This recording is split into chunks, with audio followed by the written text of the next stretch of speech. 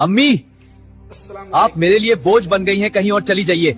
माँ की आंखों में आंसू आ गए और जाते जाते उसने बस इतना कहा, अल्लाह तुम्हें भी ऐसा ही बेटा दे। सालों बाद बेटे के साथ ऐसा हुआ कि आपको भी एक सबक मिलेगा। एक शहर में एक लड़का अपनी बूढ़ी माँ के साथ रहता था। माँ ने पूरी जिंदगी अपने बेटे के लिए कुर्बान कर दी थी। खुद भूखी रहकर उसे खिलाया, अपनी नींद छोड़कर उसकी परवरिश की। लेकिन जब बेटा बड़ा हुआ और कमाने लगा तो उसे अपनी माँ बोझ लगने लगी।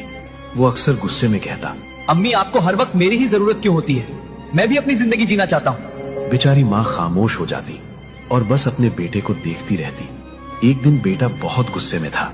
उसने अपनी माँ से कहा, अम्मी, अब आप किसी और जगह चली जाएंगी, मैं अब आपकी जिम्मेदारी नहीं उठा सकता।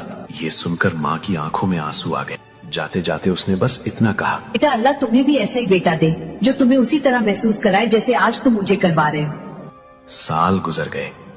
अब वही बेटा बूढ़ा हो चुका था। एक दिन उसका अपना बेटा उससे कह रहा था, अब्बू, आप हर वक्त बीमार रहते हैं, आप मेरे लिए बोझ बन गए हैं। ये सुनते ही वो आदमी सन्न रह गया। उसे अपनी माँ की वो बद्दुआ याद आ गई। वो रो पड़ा, लेकिन अब बहुत देर हो चुकी थी। मॉरल, माँ बाप को बुढ़ापे में आपकी जरूरत होती है। माँ बाप का दिल कभी मत दुखाओ, क्योंकि उनकी दुआ भी असर करती है और उनकी आह भी। अगर आपको भी लगता है कि माँ बाप